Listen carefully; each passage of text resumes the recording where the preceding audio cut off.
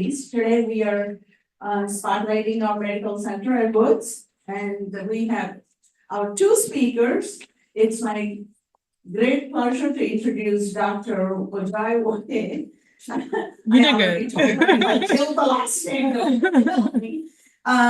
She's, if you have not met her yet, she's one of our new medical directors at Medical Center Woods. She's a board certified family medicine physician and an active member of the American Academy of Family Medicine. She completed her residency at Icahn School of Medicine at Mount Sinai. And actually, she came to us from one of the largest federally qualified health centers in Philadelphia. She served as the chief medical officer in Philadelphia. And she has lots of experience and specializes in addictive medicine, HIV, HCV treatment, women's health, and lifestyle medicine. She brings a wealth of experience to serving underserved populations with respect and empathy. And we are truly excited to looking forward to build our medical center. And one of the goals is to build that specialty network and get the FQHC designation. Our second speaker is Holly Cunningham. She's not new to anyone here. She joined Medical Center Wood staff in 2018 as a family nurse practitioner, and she serves as the primary care provider as well as the employee health nurse practitioner. She has over 20 years of experience in family health and spent much of her career in the Bucks County area as an emergency room and telemetry nurse at Lower Bucks Hospital, and a staff nurse at HCR Manor Care, and as a family health nurse practitioner for Ready Clinic in Langone, Pennsylvania. And she came to us from the Ready Clinic in Langone after Teen Hanson Thornton visited. So you know how that happens. Holly Cunningham received an associate degree in nursing from Bucks County Community College, Bachelor of Science from Immaculata, and a Master of Science in Nursing from Drexel. Without further ado, we'll get started. Thank you, Dr. Musanari, and impressive background, Holly. So again, I'm Dr. Ojewoye. I started here at the ending of May. And I would say it's truly been amazing since I started here. Every person that I've met is truly passionate about the patient population that they serve. And I think that is one of the unique qualities of working here at Woods. The patient population, it's unique. It comes with its challenges. It comes with its complexities, but the ability to be able to work alongside each one of you is what makes it special. Shout out to everyone at the medical center. You've all been amazing and superb. Thank you for this opportunity, Dr. Musanari, Dinetta, and thank you for just coming out during your lunch break to hear Holly and I speak. And I'm just really looking forward to what we're going to be able to accomplish together as a team. So as you all know, we will be speaking about integrated health in the care of the IDD population, the Medical Center at Woods experience. Okay.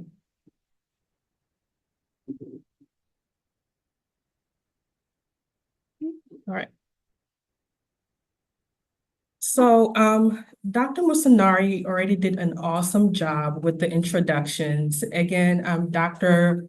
Oluwafunmike Ojewoye. Try saying that.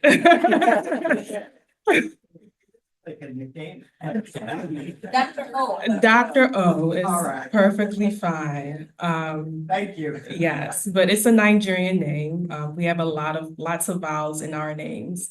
But friends and family call me Doyin, which is my middle name. Again, I am the medical director, and Holly is our lead nurse practitioner, and she's been here since 2018 and has been doing a phenomenal job alongside with everyone else at the medical center. So some of the goals and objectives for today's presentation, we're going to talk, Wilson already talked about ourselves, but I'm also going to talk about one of the major reasons why I'm here, which is part of our expansion work and work in becoming a federally qualified health center. I'm not sure if anyone has ever heard of the term FQHC or federally qualified health center. And then we'll dive deep into our integrated care model and go through some case studies of how we are using this integrated care model. And then we're going to wrap up with some question and answers. Again, this is just my background. In my last role, I was CMO of a FQHC, so that's the abbreviated term of Federally Qualified Health Center. So we had about 6 clinics in the city of Philadelphia. We had 2 dental clinics and 2 medical respites. In that setting, a medical respite served unhoused individuals who needed to transition from either being in a hospital to either being discharged to some type of long-term placement or care. Outside of just providing primary care, I also specialize in women's health, HIV, Hep C treatment and management, addiction medicine, specifically individuals who have opioid use disorder, alcohol use disorder, with treating these individuals with Suboxone, Vivitrol, and also lifestyle medicine. I don't know if anyone has heard of lifestyle medicine, but something I'm also very passionate about. And with my FQHC work, I'm extremely passionate about serving individuals who are underserved, and not only that, being able to generate processes and systems that improve quality of care for our patients and improving outcomes overall. Hey. So I know most of you guys know me. I'm Holly. I've been here since 2018. Prior to that, I did work at the clinic across the street, and I've been a nurse in the Bucks County area since 1999. Didn't have a nickname. No, Holly's fine. Okay. Most recently, I did complete my master's in nonprofit leadership and population health management through PCOM. And as you all know, anybody who works in the medical center is passionate about caring for our individuals. But something that's also very important to me is caring for you all so that you all are healthy and well and able to take care of our individuals. So like I mentioned, one of the initiatives of why I'm here is for us to pursue recognition as an FQHC for the medical center. So an FQHC is really, is also termed a community health center, and they offer comprehensive primary care, behavioral, and dental health care. And I'm sure you're saying, oh, we already do this. And that is correct. We already do this and more. But that official recognition really just opens us up to a lot more access for our patients and resources. Some of the distinguishing characteristics are of an FQHC. The major distinguished characteristic is that they serve underserved populations or an area. And there's a huge emphasis on community control. Community control meaning individuals that utilize the medical center services have majority say about what goes on. Individuals can be seen regardless of ability to pay. If you're insured, uninsured, underinsured, they're just placed on a sliding fee scale regarding what they will pay. Again, they provide comprehensive services, preventative services, dental services, mental health and substance abuse services, transportation, hospital and specialty care, case management, pharmacy, lab testing, social services, and interpretation services. Again, like I mentioned, we are already doing a lot of this and much more, but this recognition will really broaden our access. So they also serve more than 30 million individuals in the United States. There are more than 15,000 clinics in the US with this designation. They're open to all individuals regardless of ability to pay, and this increases access to care for people with disabilities and complex needs. And of course, we are saving some dollars in the end.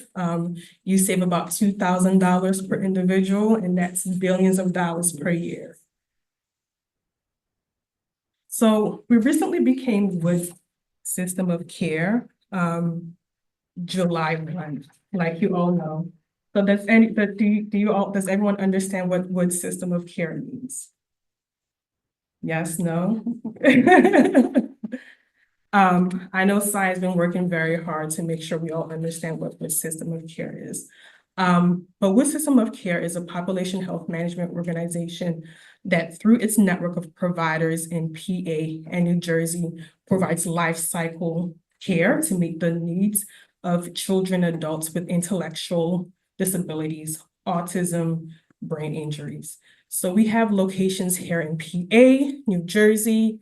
We service more than 32 individuals and have referrals from more than 20 states.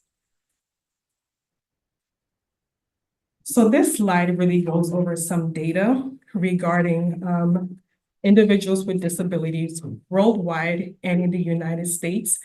And we know that over 45% of individuals with intellectual and developmental disabilities or autism have a co-occurring mental health condition, making them a very complex population to serve.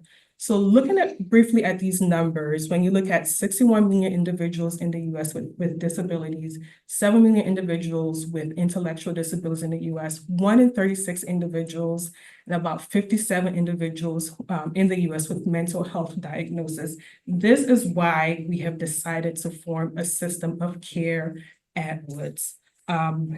This is why we've decided to form a system of care at Woods, because it helps us to take care of individuals with complex needs.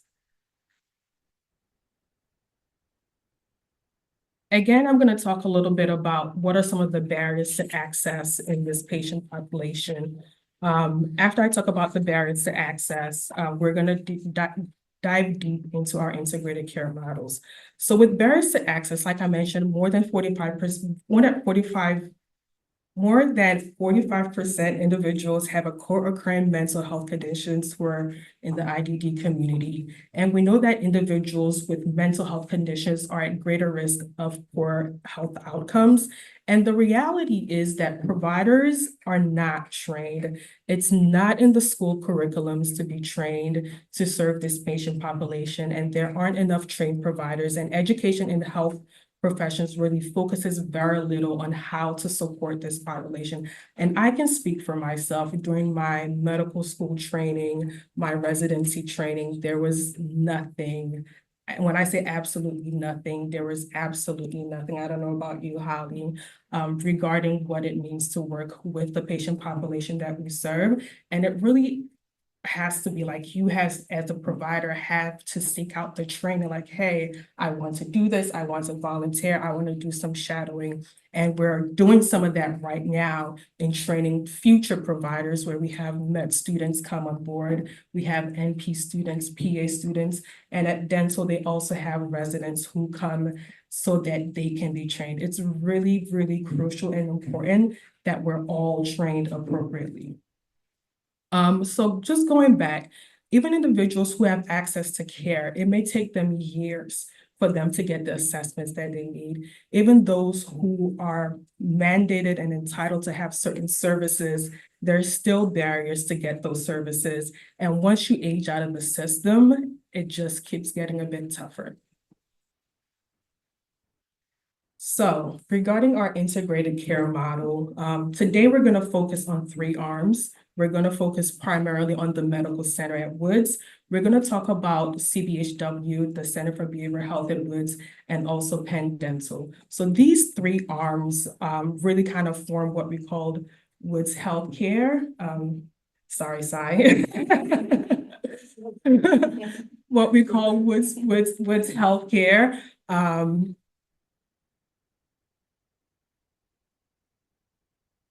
Anybody know who that guy is I'm in the picture with?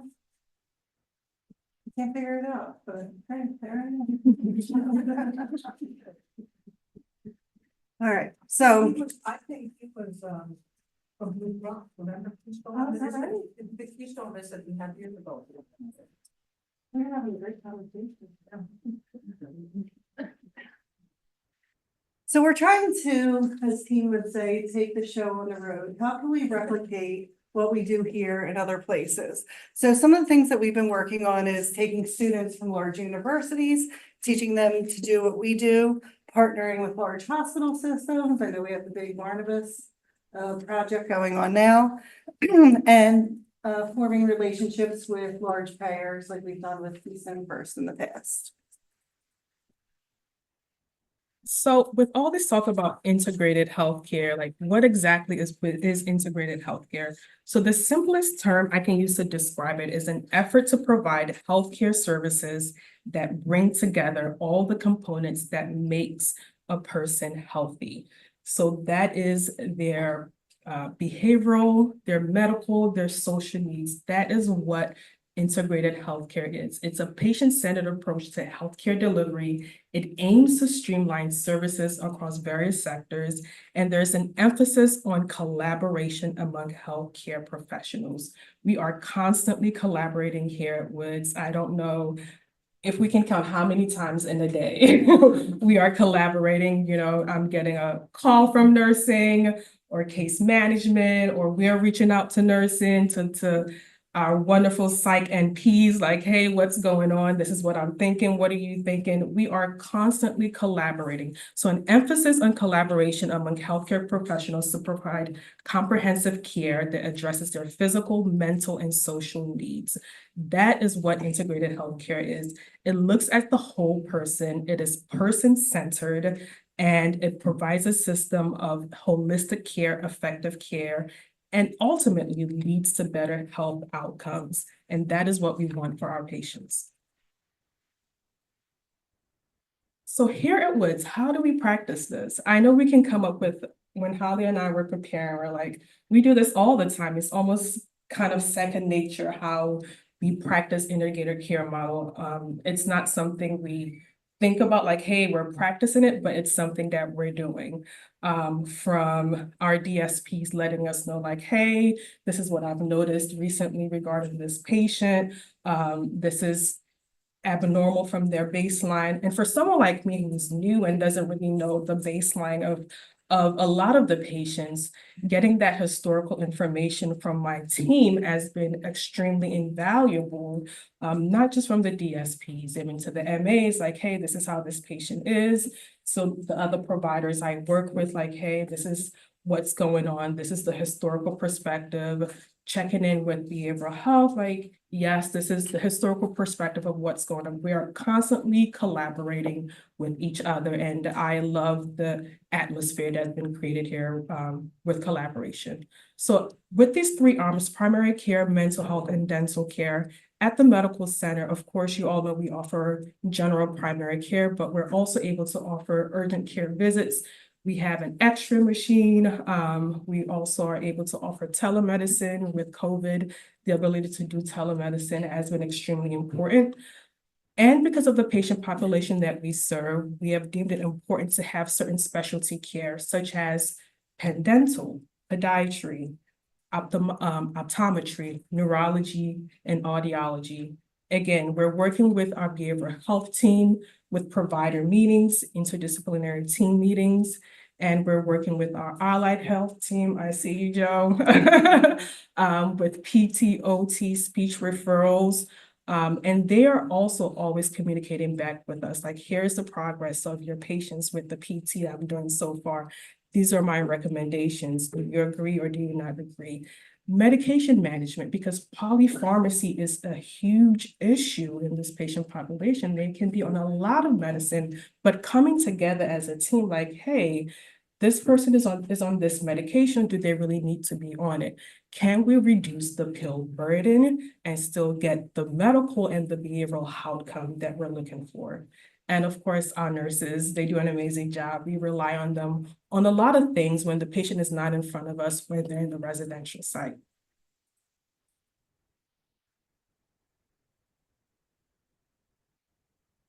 Just a little background on the medical center. We opened in 2018 to provide care to the individuals who live here at Woods.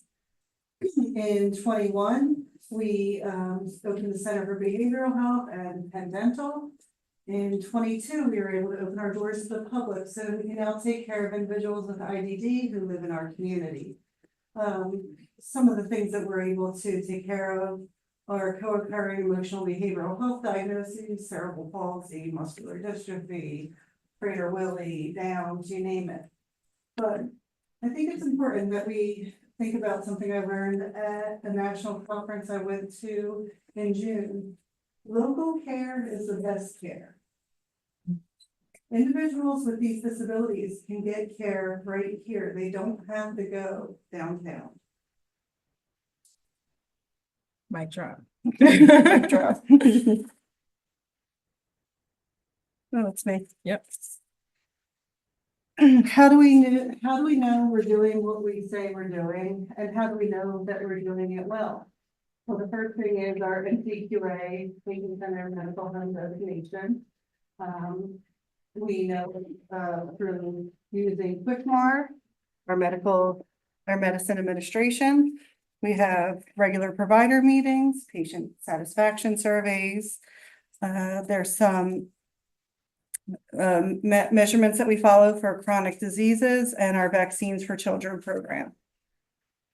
So the NCQA designation, the National Committee for Quality Assurance, Patient-Centered Medical Home, is a recognition that's used that signifies that a medical practice commitment to continuous quality improvement and patient-centered medical care. Okay, so it involves rigorous processes where practices demonstrate that they're meeting certain criteria and quotas. We have to say that our diabetic patients, their A1C is within a certain range, or if you have hypertension, your diabetes is with a certain range, things like that. There is a team-based care and practice organization. We have to know and manage our patients. We have to have the patient-centered approach and continuity of care, which means that our patients, when they come, they see the same provider most of the time. We have care management and support, care coordination and care transition, where when we're passing on a patient, we do a warm handoff, speak to people as we transition care. And then again, the performance measurements that we talked about earlier. There's also meeting the quadruple aim of quality, cost, patient satisfaction, and provider satisfaction. So again, bringing up the NCQA, it shows us that we are meeting our quality metrics. The cost, when we first opened the medical center back in 2018, we partnered with a large payer, and we were able to reduce their costs of that payer by over $350,000. Just by opening the medical center alone, keeping individuals out of the emergency room and hospitals for unnecessary visits. We have a modified patient satisfaction survey for our individuals, and we're always looking for ways to have provider satisfaction.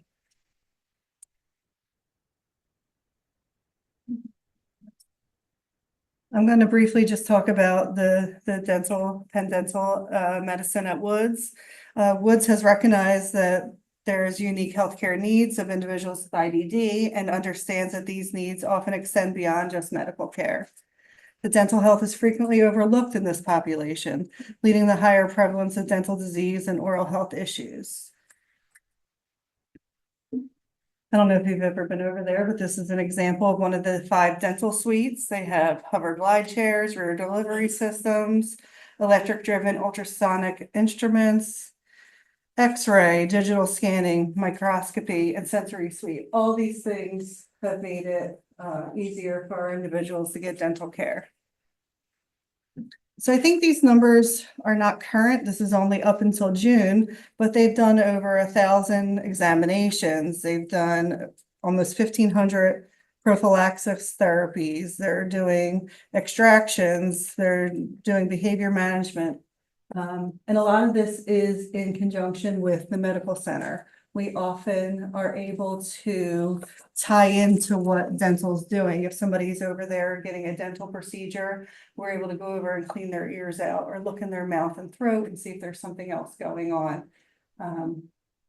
So I know Dr. O has mentioned all these ways that we integrate that we don't even think about, but that is one of the big ways that we are able to integrate with the dental suite.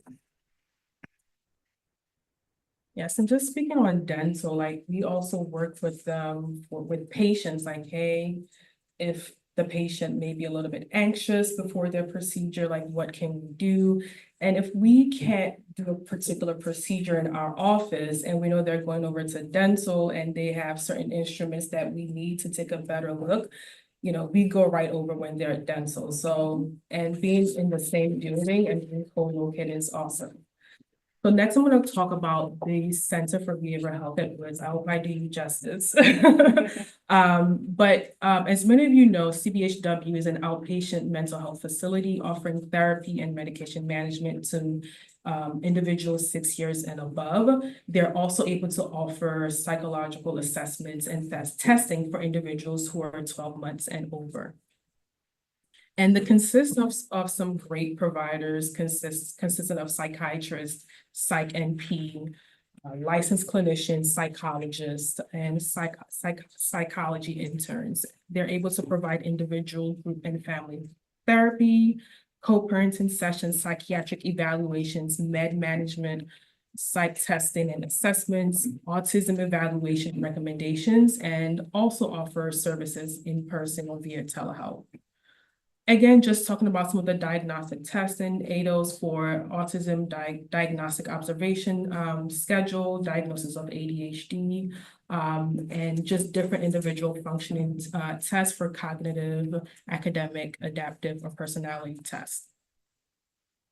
So we've went over some of the things that we do here at Woods for integration and integrating our healthcare system.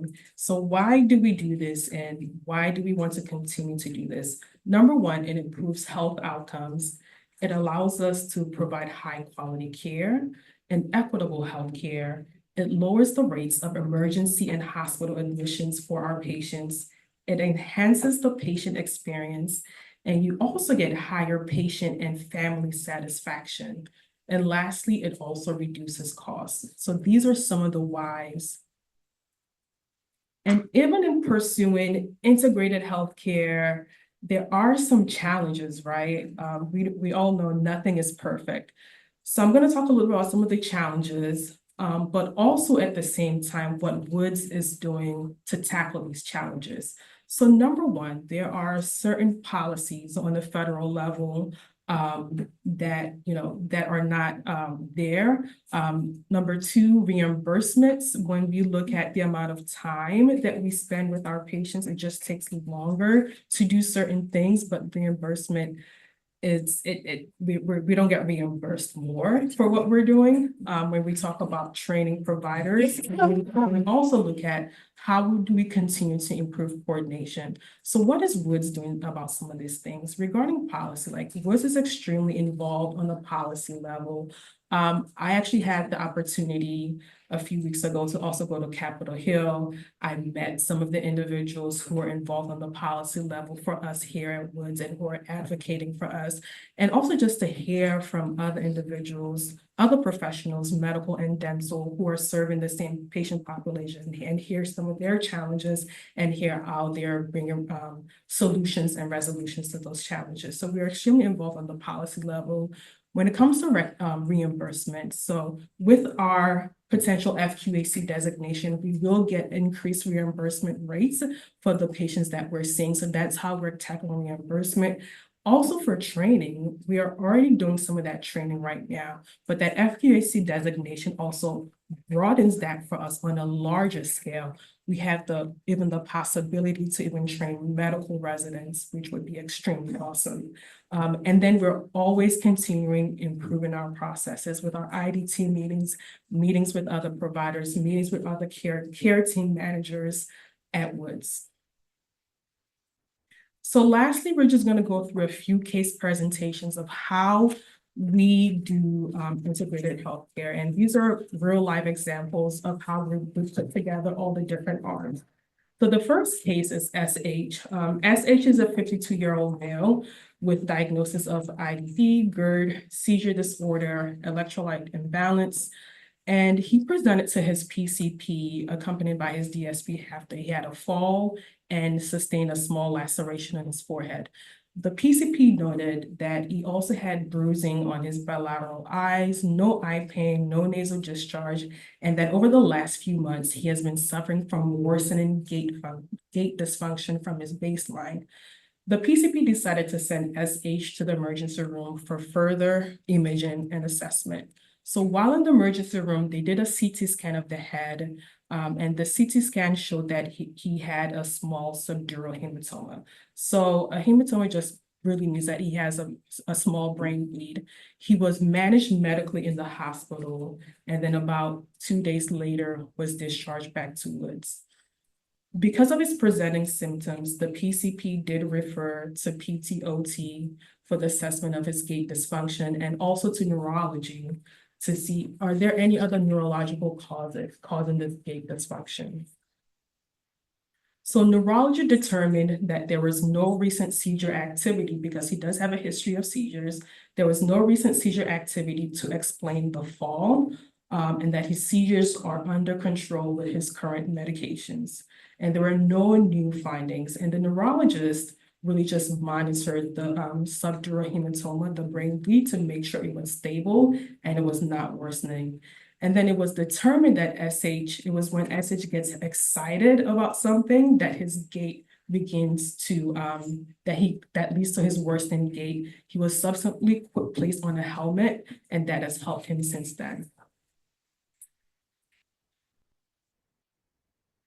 We have AJ, who's a 22-year-old male with autism, IDD, and limited verbal abilities. He also has constipation. He presented to the office for routine health maintenance with his DSP. The provider noted that his abdomen was distended and he had hypoactive bowel sounds. And the DSP reported that he'd been constipated for the past 3 days, but he was given his Miralax and he did move his bowels. The PCP changed the Miralax to daily and encouraged increased fluid intake and a high fiber diet, and he was supposed to follow up in a week. At that 1 week follow-up, it was reported that he had been incontinent of a stool with using the Miralax. His mom requested to switch the Miralax back to as needed instead of daily. And the DSP also mentioned that he had not been completing his meals, which was very unusual for this individual, and he seemed irritable. On assessment, the doctor noted that his abdomen was still hard, distended, and ordered an x-ray. The x-ray showed a massive amount of feces, and he was impacted, with his rectum distended to 10 centimeters in diameter, and the left colon descended to 14 centimeters in diameter, which just means he had a ton of stool in there. He went to the hospital where he was admitted, and he had to have it physically removed, and he was started on a bowel regimen after discharge of lactulose and Dulcolax. So what it really comes down to is talking to everybody and integrating care. They thought that he was moving his bowels and everything was okay, but it was really impacted in just having overflow incontinence where he was going around the stool in there. Was me again? Yeah, you like that? Yeah, yeah. We're used to talking to nurses and doctors, so we talk about poop when we eat. Really helps my. Oh.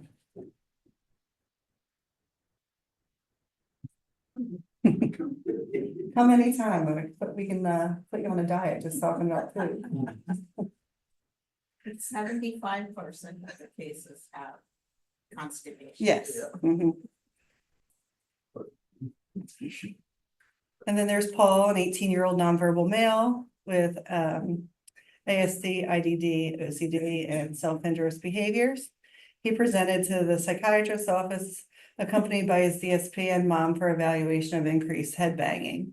He was living at home with his mom, but had moved to a group home about a month prior because his mother's failing health. Since moving to the group home, he was very dysregulated.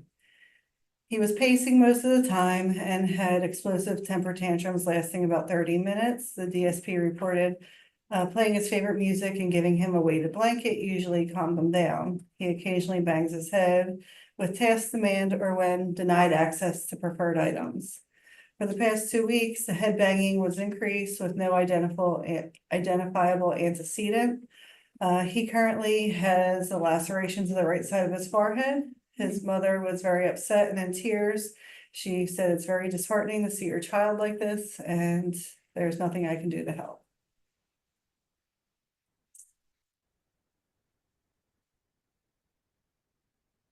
The psychiatrist explained that increased head banging is likely due to his recent move to the group home and ordered clonidine to help with impulsivity and a soft helmet to decrease the impact of head banging. And he was to follow up in 2 weeks. After 2 weeks, both the mother and the DSP said that there was no improvement in the head banging, but reported the soft helmet had helped. They also reported that he'd been rubbing his eyes frequently. The psychiatrist then referred Paul back to medical to rule out any medical causes for the head banging and eye rubbing. Medical explained that Paul has itchy eyes from seasonal allergies and ordered Claritin, but Paul did not get any better. He started refusing his food and had a few vomiting episodes.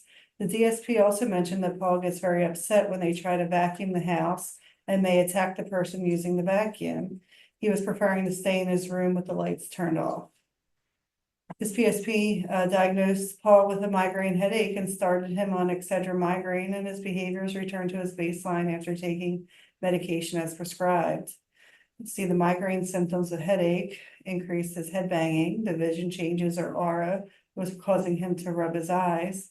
Being sensitive to light, he had preferred to stay in his room, and his heightened sensitivity to the sound of the vacuum occurred when the vacuum was running, and the poor appetite can be attributed to the nausea associated with migraines.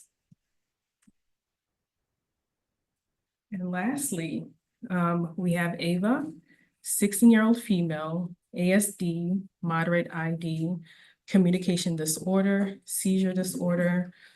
So she presented with some abnormal movements.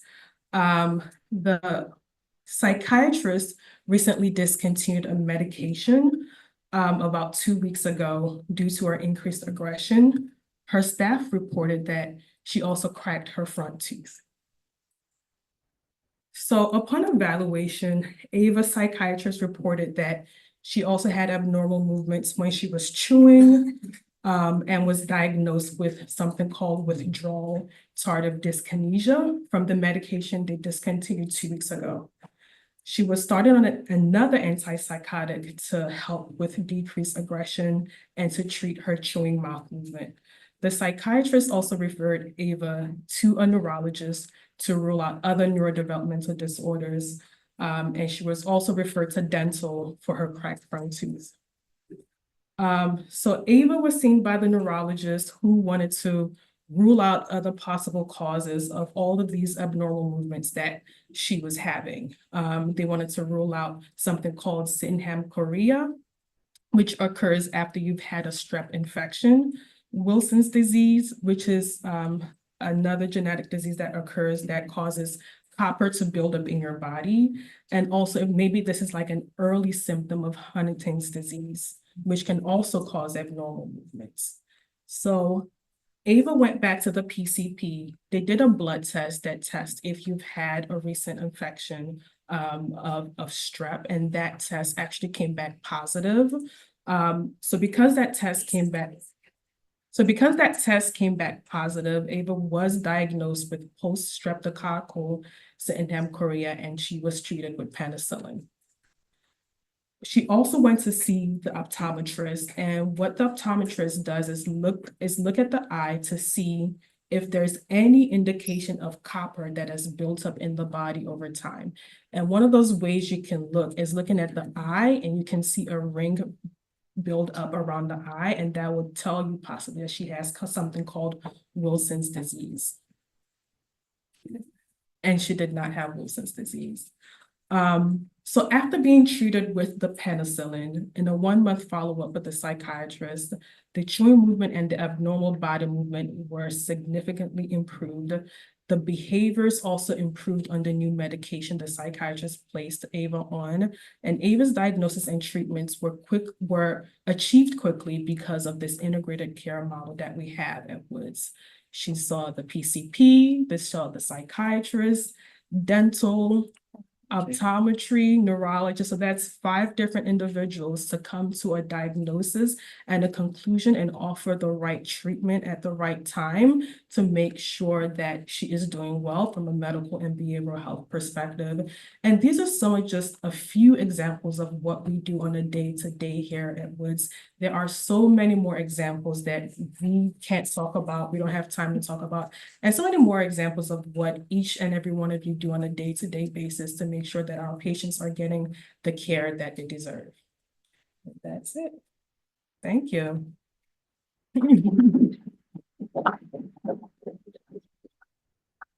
Questions?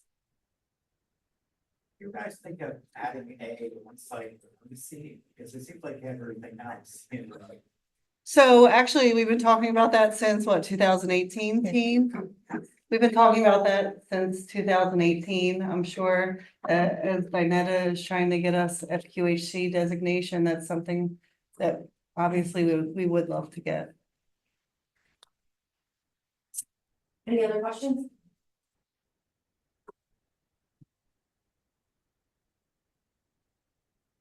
Easy crowd. Thank you. One more.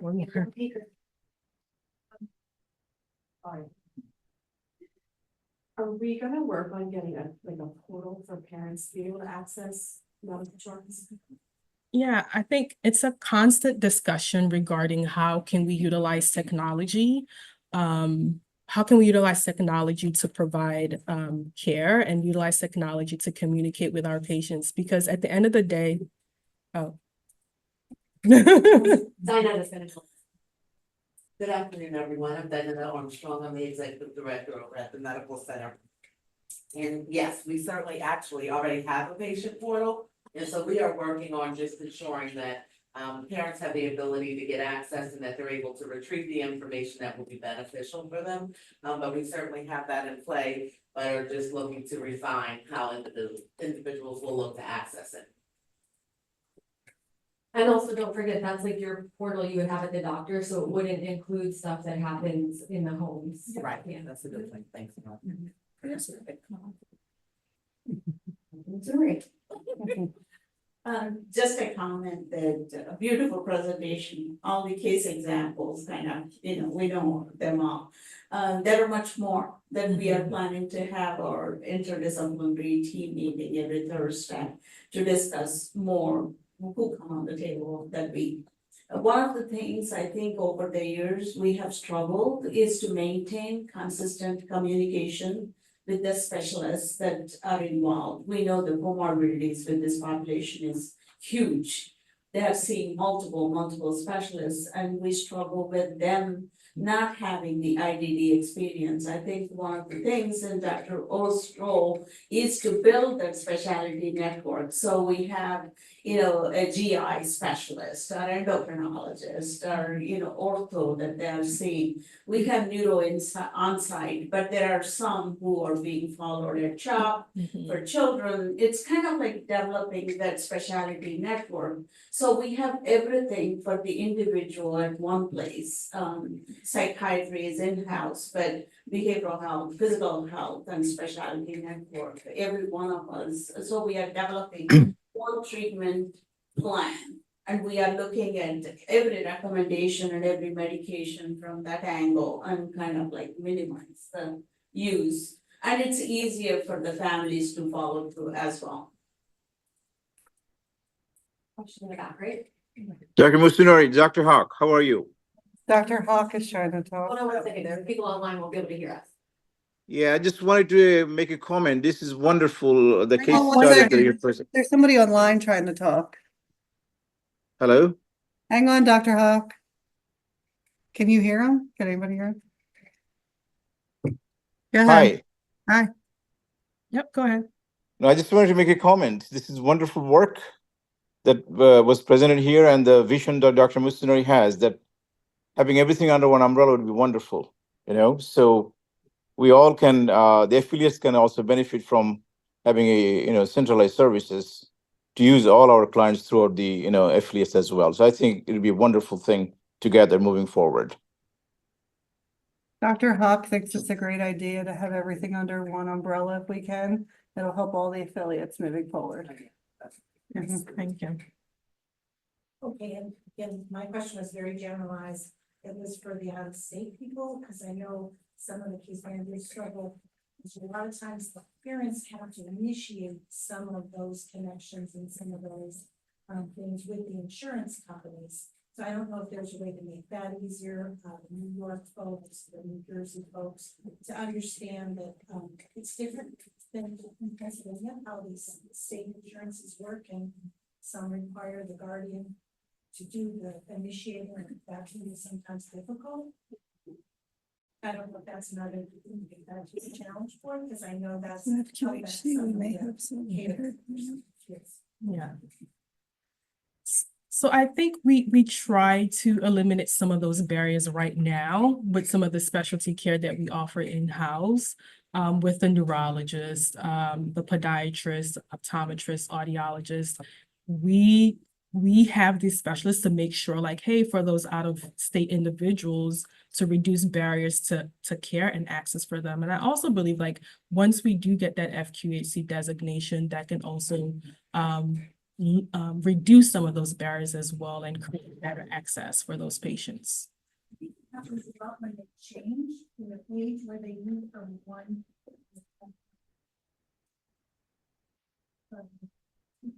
And when they switch from like one time, one age to another age.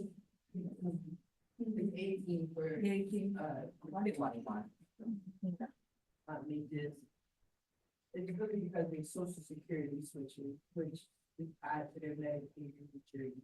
So at 18, we see a lot of lapses in insurance because we don't get the renewal back. So that's it. Diana wants to comment on that. Okay, I guess I'm up. We are currently working now with our case management team. These have been some of the challenges that have been coming up that we've identified. And you're right, as an individual, we'll look to age out.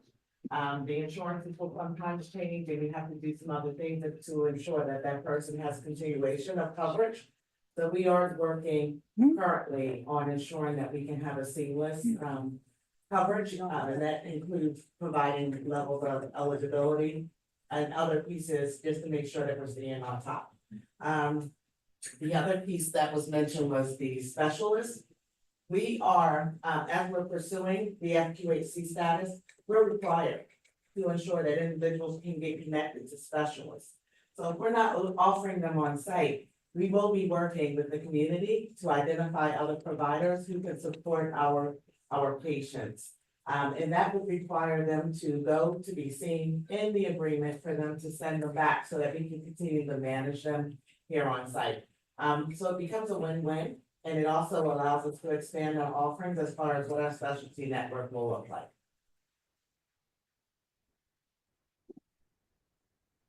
I don't know if I should already know this, but is once part of like an HIE, a health information exchange? Because I know I have been at conferences and other countries have amazing ability to kind of communicate regardless of where they're seen. Providers can just pull up that full chart.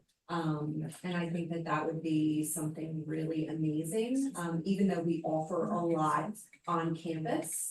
I think Tom wants to come on that. Hi, Tom. Who wants to answer that? And then if you wanna, you know it's good.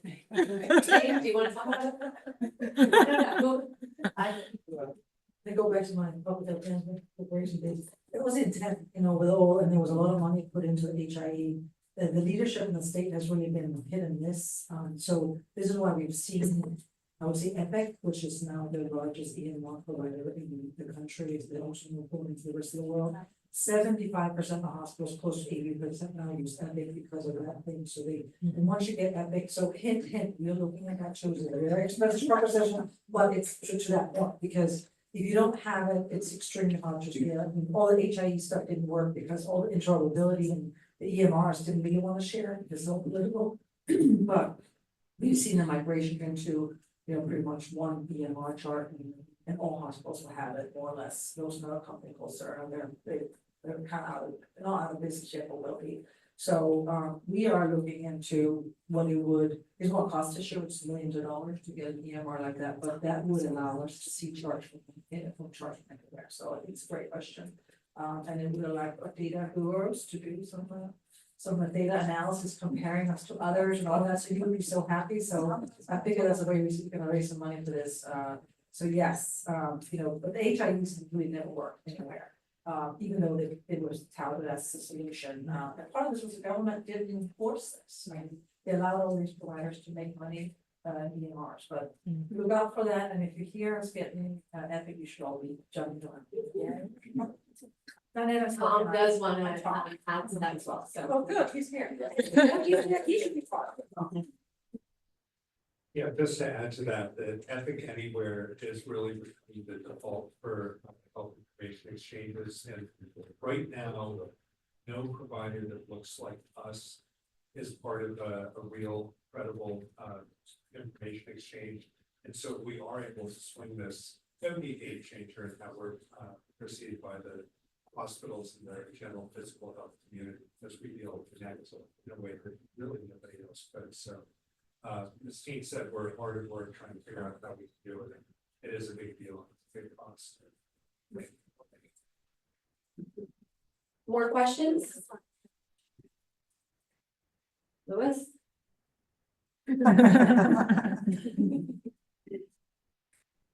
Anybody else? Okay, if we don't have any more questions, thank you guys all for coming. Any final thoughts from our presenters? No, all right, have a great afternoon, everyone.